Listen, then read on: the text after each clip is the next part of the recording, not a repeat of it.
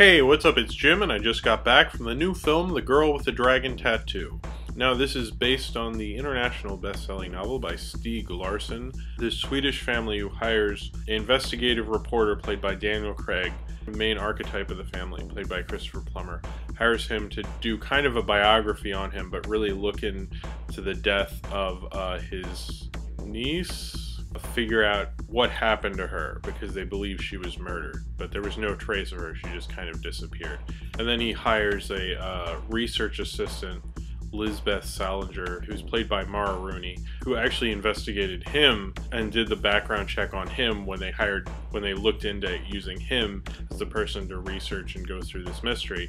And so he brings her in, and then they work together to solve this mystery. I guess, I don't know, that's like the worst plot description ever. It just makes sense that this would probably be a good movie just from David Fincher's past track record. It doesn't feel like he's really that immersed in it, like it's that much as big of a challenge as it used to be for him. He knows what he's doing very well. I think he knew when he started this would probably be a hit, and a lot of people have compared this to something like Jurassic Park by Spielberg, and this novel was such a huge hit. This also kind of reminds me of something like Hitchcock's North by Northwest, just like kind of a director who knows exactly the kind of movie they're doing. They know how to do that perfectly. David Fincher's already done Seven and Zodiac. He's done probably two of the best films about serial killers of the last 10-20 years. I think it has an incredible energy and flow to this movie. It moves at such a great pace. I think it's like 2.5 hours. It did not feel like 2.5 hours. This felt like a solid 120 to me. Trent Reznor's and Atticus Ross doing the score for this and The Social Network. The film's moving at this great pace, but then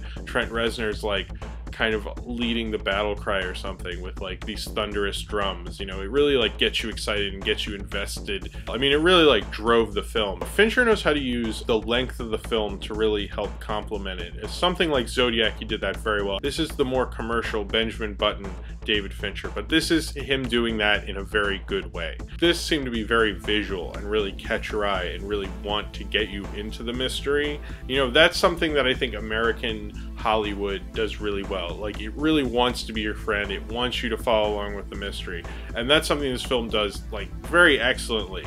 And I think, you know, because you get really involved and enriched in everything that's going on. The whole thing with Lisbeth and like her getting raped, I can't figure out what that really had to do with the plot. I feel like you have to include it because this book is such a big thing. I do think you could take a lot of the stuff with her out and just have it be the mystery, and the film would maybe be even a little better. It feels to me like Stieg Larsson is like fetishizing that character in a creepy way, that he's fetishizing a character and then we're seeing her get like raped. It's all like kind of a lot of character development, but it's character development that edges on, like, you know, I don't know. Obviously Stieg Larsson like had a thing for her in a weird way, and it reflects in the writing. So, you know, but you know, Robert Crumb masturbated to his stuff too. Big part of this movie isn't how is David Fincher going to attack the book The Girl with the Dragon Tattoo. It's like how do we make the movie that is going to be a hit?